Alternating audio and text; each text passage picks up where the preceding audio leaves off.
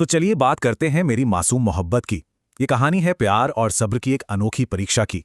कहानी का मेन सवाल यही है, जब बचपन का रिश्ता जवानी का जुनून बन जाए तो आखिर होता क्या है। कहानी के सेंटर में दो लोग हैं। बचपन में सगाई तो हो गई, पर उम्र में काफी बड़ा फर्क है। आदिल जो 26 साल का है, अपनी 16 साल की मंगेतर मेरू से बहुत प्यार करता है, पर मेरू को कुछ पता ही नहीं है। आदिल हमेशा अपने जज्बातों को काबू में रखने की कोशिश करता है और मेरू को भी दूर रहने को कहता है।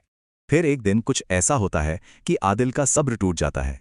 यहीं से कहानी पूरी तरह बदल जाती है।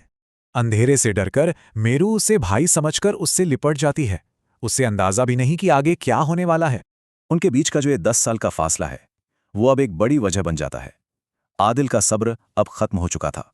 वो गुस्से में मेरू को सच बता देता है। ये सुनकर बेचारी मेरू बुरी तरह डर जाती है और कंफ्यूज हो जाती है। अब आदिल मेरू को इमोशनली मैनिपुलेट करने लगता है ताकि वो इस रिश्ते को मान जाए। अपने बेकाबू जज्बातों से तंग आकर आदिल एक ऐसा कदम उठाता है जो उसी पर भारी पड़ जाता है। वो अपने परिवार से कहता है कि अब उसे फौरन रुखसती चाहिए, मतलब शादी अब और नहीं टाली जा सकती। लेकिन दादाजी उसकी बात नहीं मानते। वो आदिल को 2 साल के लिए अमेरिका भेज देते हैं।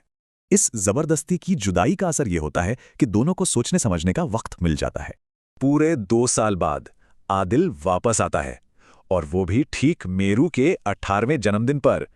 इन 2 सालों में मेरू भी मैच्योर हो गई है। अब वो आदिल से प्यार करने लगी है और रिश्ते को समझती है। और जब दोनों तैयार हो जाते हैं तो परिवार वाले रुखसती कर देते हैं। आखिर में वो एक हो ही जाते हैं। तो पूरी कहानी का सार यही है कि सब्र का फल मीठा होता है। इंतजार जितना लंबा, मिलन उतना ही खूबसूरत। लेकिन सोचने वाली बात यह है, क्या जबरदस्ती का सब्र सच्चा प्यार है या सिर्फ हालातों से समझ